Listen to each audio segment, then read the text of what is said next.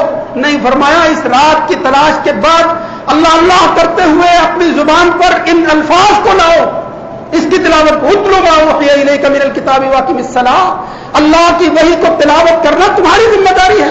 اپنے گھروں کو قبرستان بناؤ، نہ بناؤ، قبرستان نہ بناؤ، قبرستانوں میں جا کر جو ہے وہ تلاوت نہیں ہوتی۔ آج قبرستان آباد ہیں، باہر لوگ جاتے ہیں، جب کوئی ان کا پیارا اس دنیا سے چلا جاتا ہے وہ سمجھتے ہیں کہ اس کا حق ہے۔ تم اپنے حقوق کو تو پہچانو، اللہ نے تمہاری کیا ذمہ داری لگائی تھی اس پر تو توجہ کرو۔ جب گھر بے آباد ہوتے ہیں، جب قرآن مجید گھروں میں نہیں پڑھا جاتا، تو پھر بندہ جو ہے وہ یہی سمجھتا ہے کہ جو اس دنیا سے چلے گئے ہیں، جہاں کوئی سننے والا نہیں ہے وہاں جا کر پڑھو۔ یہ رسمیں ہیں جو ہم نے بنا لی ہیں، تلخ بات ضرور ہے، مگر میرے بھائیوں حقیقت کیا ہے؟ زندہ انسانوں کو بیدار کرنے کے لیے، غفلت سے جو ہے وہ جگانے کے لیے یہ اللہ کی کتاب آئی ہے۔ اس دنیا میں حکمرانی کرنے کی، ان اللہ یرفع بہذا الکتاب اقواما ویضع بہ آخرین، جو اس سے روگردانی کرتا ہے یہ پھر اس سے روگردانی کر لیتی ہے۔ یہ تو بڑی قیمتی قدر والی چیز ہے، قدر والی رات کے اندر آئی ہے۔ جو اس کی قدر نہیں کرتی پھر یہ اس کا خیال نہیں کرتی، اور جب اللہ اور اس کی کتاب منہ موڑ لے، منہ پھیر لے جب بندے سے، دنیا میں اس کو کوئی سہارا نہیں مل سکتا، وہ پھر سوائے خسران گھاٹے کے اور کچھ اس دنیا میں کما نہیں سکتا، کچھ حاصل نہیں کر سکتا۔ اس کی کمائی، اس کے اندر برکات جو ہے ان کا خاتمہ اس لیے ہو جاتا ہے کہ اس نے برکت والی کتاب کو چھوڑ دیا ہے، اس سے ناطا قائم نہیں رکھا۔ اس لیے میرے بھائیوں، اس رات کو، یہ جو آنے والی راتیں ہیں، اگر فرصت ملے، فرصت سے یہ مراد ہے کہ اللہ نے تمہاری اور بھی ذمہ داریاں لگائی ہیں اور کوئی اور محنت نہیں ہے، ساری رات شاید تم بیدار نہ ہو سکو، اب کم از کم آخری عشرہ کے اندر مسجد میں جو قیام اللیل کیا جاتا ہے، امام 1 سپارہ پڑھتا ہے، 1.5 سپارہ پڑھتا ہے یا سوا پڑھتا ہے، ایک گھنٹے کی عبادت ہوتی ہے، اور 1 گھنٹہ تو وقف کر لو آخری عشرہ کے اندر۔ رات کی نماز، عشاء کی نماز باجماعت پڑھو، ساتھ ہی قیام اللیل کر لو، اور پھر اگلی صبح جو ہے وہ بھی باجماعت نماز ادا کر لو۔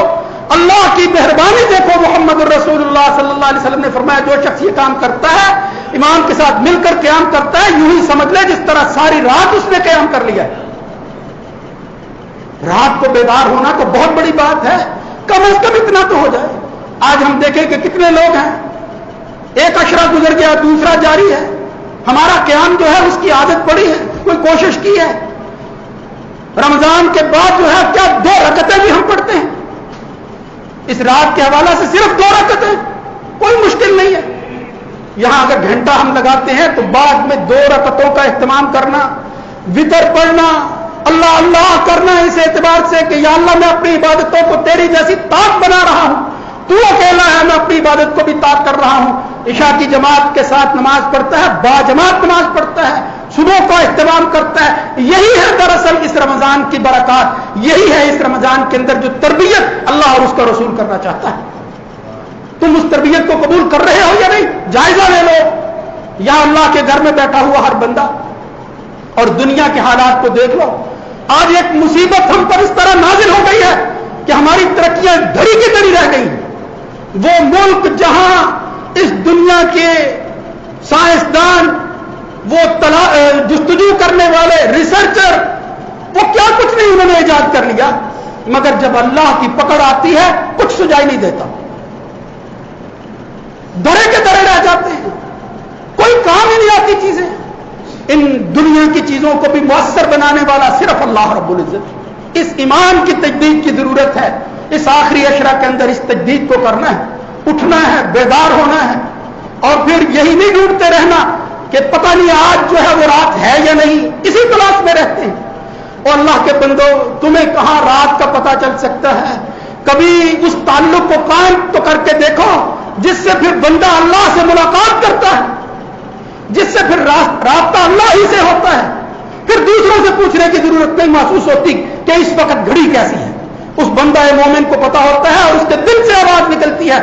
بندہ آواز نکالتا ہے، خدا جو ہے وہ تیار ہوتا ہے کہ میرا فلاں بندہ مجھ سے کچھ مانگے، میرے قرب کے اندر اور اضافہ ہو جائے. میں تو اس کا بننا چاہتا ہوں، وہ میں اس کی جستجو دیکھتا ہوں کتنا وہ تلاش کرتا ہے مجھے. میری خواہش اس کی جو ہے وہ خواہش کے اندر میں کہاں ہوں؟ میری تو خواہش ہے، میں تو اس کو اپنا بنانا چاہتا ہوں. اس دنیا میں کوئی ماں اپنے بیٹے کو، کوئی باپ اپنی اولاد کو وہ آگ میں جاتا ہوا نہیں دیکھنا چاہتا، برداشت نہیں کرتا. اور ان ماں باپ سے کہیں زیادہ مہربان خدا وہ کیسے چاہے گا؟ اب بدنصیبی کیا ہے؟ یہ دنیا کے لوگ جو ہیں یہ ناانصافی کرتے ہیں. اللہ ناانصافی نہیں کرتا. وہ حاکم ہے، عادل حاکم ہے، جو جس جگہ پر چیز کو رکھنا چاہتا ہے وہ چیز ہوتی ہی اس قابل ہے کہ اللہ تعالیٰ اس کو وہاں ہی رکھے.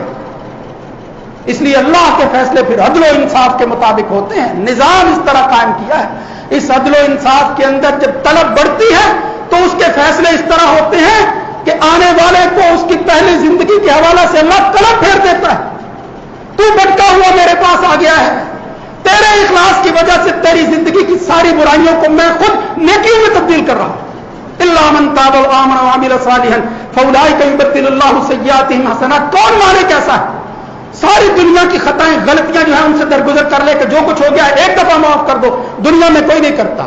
اللہ ہر وقت معاف کرنے کے لیے تیار ہوتا ہے. آج کی رات تو آ جاؤ، 21ویں رات ہے، 23ویں رات ہے، 25ویں رات ہے اور 27ویں رات ہے، چلو آج ہی آ جاؤ، کبھی آؤ تو صحیح. احادیث سے تو معلوم ہوتا ہے کہ آخری عشرہ کے اندر ترتیب ہی حضور نے ایسی رکھی ہے.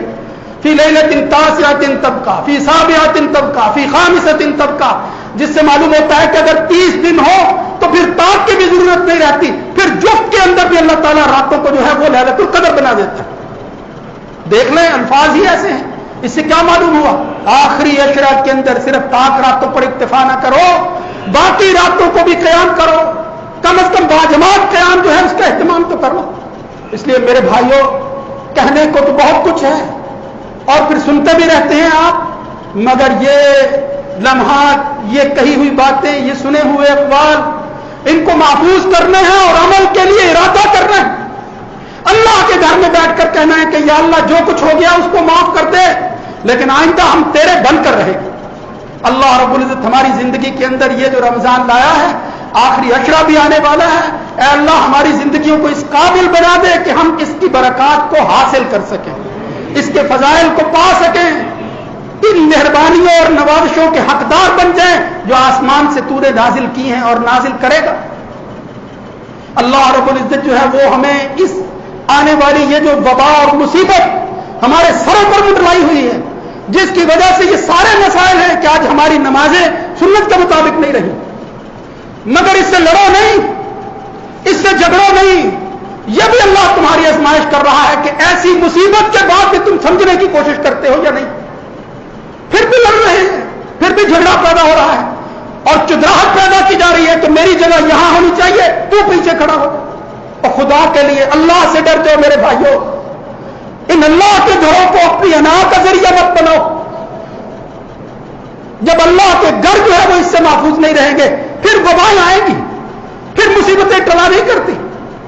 اللہ تعالیٰ نے اس جہان کے اندر عادیوں، سمودیوں،